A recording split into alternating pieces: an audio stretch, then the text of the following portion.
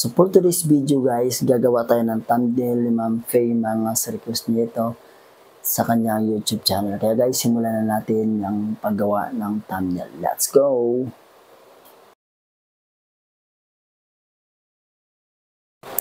Open natin yung PixArt. Click nyo yung plus sign dito sa baba. Hanapin nyo dito yung blank. Yan, blank. Tapos, punta kayo sa tools, cropping. Tapos, set nyo yung 16:9. Okay. Pagkatapos, dito sa may bandang ibaba, hanapin nyo yung sticker. Tapos, maghanap tayo dito ng background thumbnail. Ito, background thumbnail. Maghanap tayo. Tapos, hanapin nyo yan. Pag meron na kayong nahanap, pero kung nahanap, click natin itong kulay red.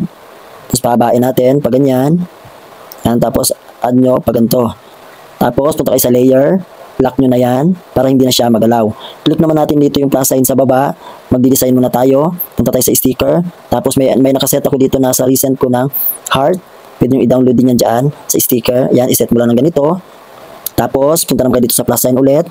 Sticker. Meron ako nakaset dito ng mga flower. Ito. Naka-ready na kaagad para makuha ko na. Yan. Lagay nyo lang siya dito sa bandang gilid. Punta kayo sa layer. I-lock nyo na yan para hindi na siya magalaw. Tapos click. Double tap nyo lang. Tapos duplicate. Hide nyo yung layer, tapos ilagay nyo naman dito ng isa pa.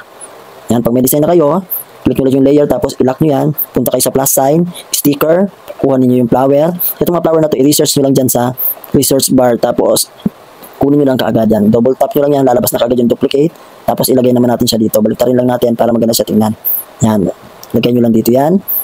Click nyo naman yung layer, tapos ito pang hide nyo na yan, ay pang lock nyo na yan para hindi na siya magalaw. Sunod natin gagawin, lalagyan naman natin siya ng picture. Mag-add tayo dito ng picture. Punta tayo dito sa plus sign, tapos add picture. Click natin yan, add natin. Ito yung picture na gagawin natin kay Madam. Siya yung napagawa sa akin ng thumbnail. Ito. Ang gagawin natin sa kanya, punta muna tayo dito sa effects. Wait lang, sa effects. Tapos click nyo yung neon. Ito, i-click nyo yung neon pop. Tapos pag lumabas yan, click nyo yung neon pop. Tapos tatlong bilog. Yan, iset nyo lang mga 30. And then, lagyan nyo dito sa dalawang square sa taas. Tapos, punta kayo dito sa Flora. Gagawin natin siyang cartoonize. Tapos, click nyo yung tatlong bilog dito. Tapos, set nyo lang na mas maayos na 30 din. Tapos, check. Punta naman tayo dito sa remove background. I-remove natin yung background niya sa bandang likuran. Pag na-remove na, ayusin muna natin siya banda dyan. Yan, click natin. Tapos, punta tayo dito sa plus sign. Tapos, sticker. Ito, meron tayo ditong naka-ready na box. Yan. Ayusin lang natin na nakaganyan. Ayan, ganito. Set na natin siyang ganyan na square. Tapos, lock nyo. Tapos, itong namang picture, iangat yung konti dyan.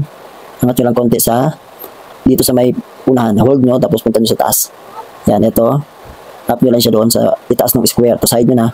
Tapos, ito. Yan, ayusin natin. Ayusin natin siya sa bandang square para makita natin. Yan. Para masukat natin siya. Para hindi naman siya marangan. Ulit tayo dito sa layer. Tapos, iset nyo na doon sa bandang ilalim. Ito. Sumobra naman. Yan. Pag meron na, wait lang, sumobra. So, yan. Tapos, hide nyo yung layer. Punta tayo sa plus sign. Click nyo dito yung shape. Piliin nyo yung square. Ilagay nyo naman banda dyan sa may gitna ng box. Yan. Pag nailagay nyo na sa gitna ng box, nasa intro nyo na. Kung nasa intro nyo na yung box, i-hold nyo lang yan. Ilagay nyo sa likuran. Pag nasa likuran na, i-lock nyo lang yun siya para ma-hide na kaagad. Ay, para hindi na makita. Tapos, next, click natin yung picture. Double tap, tapos duplicate. Pag na-duplicate na natin yan, palakihin lang natin yan hanggang dito. Yan. Palakihin natin dyan. Yan, tapos hold nyo lang, tapos drag nyo pababa hanggang doon sa dulo. Yan, hanggang lumampas dito. Yan, pag nandyan na, ayusin nyo lang yan dyan. Pag na-forma nyo na, tapos click natin yung eraser sa taas. Tapos ito, i-delete natin to. Yan, bawasan natin. Click nyo lang yan. Yan, ito yan. Pag na-set nyo lang ganyan, click nyo lang yung OK. Tapos punta kayo dito sa may blending. Tapos yan, iset natin siya nakaganyan. Multiply, tapos hide natin yung open natin yung layer, tapos ipang lock na natin to para hindi na siya magalaw. Next, click naman natin dito yung plus sign, tapos sticker. Ito, piliin natin yung flower na ito. Background, lagyan natin dito sa bandang likuran niya. Ganito lang paano mag-design ng thumbnail. Hold nyo lang to, tapos hold nyo lang ganito. Yan. Tapos, click nyo lang yung parang susi para hindi na rin siya magalaw. Tapos, click nyo ulit yung plus sign, sticker, click natin yung brush. Pwede nyo naman ito i-research dyan sa may search bar. Yan. Tapos, lalagyan natin siya ng name. Ito. Hide, layer, tapos click nyo yan, tapos punta kayo dito sa menu, hanapin nyo yung text, yan, tapos hanapin natin yung name niya, Faye, tapos ito yung kanyang YouTube channel, yan, tapos hanapin natin dito yung sticker, kanyang, hanap tayo dito ng yung, sa see all na lang, punta tayo dito, search natin dito yung signature, tapos click natin yung sa bandang itaas yan, ito, tapos hanapin natin, lagyan natin dyan, Tapos punta tayo sa stroke. Tapos gawin natin na ganyan. Tapos punta naman tayo sa may shadow.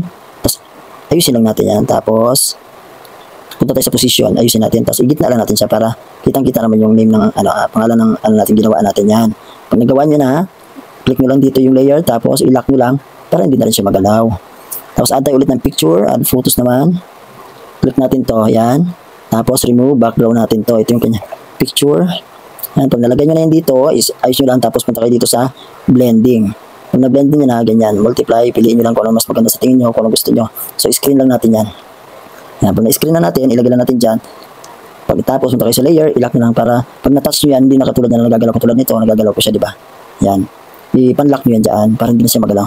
Add naman tayo dito ng text, yung kanyang pinaka, sa baba, kung ano yung pinaka-design niya talaga. Ito, add tayo ng text niya. Ito, hold, tapos, paste lang natin yung ito. Yung kanyang pinaka-content na niya. Sa description ilalagay o kaya kahit saan yan. Tapos ilagay natin dito. Tapos ayusin na natin. Tabingin lang natin ng ganyan. Yan. Tapos ilagay lang natin dito.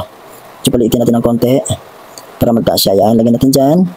Pag nalagay nyo na, lagyan naman natin ng stroke. Kulay black. Lagyan natin ng konti. Tapos punta kayo dito sa shadow. Yan. Ano yung shadow para mas makita siya. Position. Yan. Position nyo lang siya. Angat nyo lang siya ng konti. Yan, angat nyo lang siya ng konting ganyan para makita naman yung gagawin natin. Tapos punta kayo dito sa shape, piliin nyo yung parihaba, tapos pahabain nyo ito. Yan, tapos piliin nyo dito yung kulay, may pagka-orange. Ganyan, tapos ang gawin natin sa kanya, baba natin siyang konting paganyan. Set natin siya dito. Medyo sobra. Yan, sobra pa. Adjust nyo lang yan para makita nyo yung ginawa nyo. Yan, dito. Tapos, hold nyo lang yung layer. Tapos drag nyo lang talaga doon hanggang sa baba. Yan. Yan. Pag nalampas na talaga doon sa name. Malalaman nyo naman yung pag nalampas na sa name. Ito yan. Nandito sa may picture natin. Ito. Yan. Tapos, lock nyo na yan. Tapos yung color image natin. Punta tayo dito sa opacity. Medyo labuan na natin ng konti. Yan. Tapos, ito. So, meron na tayong thumbnail na design na pwede natin ibahagi sa iba. So, thank you guys. Sana meron kayo natutunan sa aking thumbnail na ginawa para sa inyong YouTube channel o kahit sa Facebook na pwede tayong gumawa ng ganyan. Thank you guys. Salamat.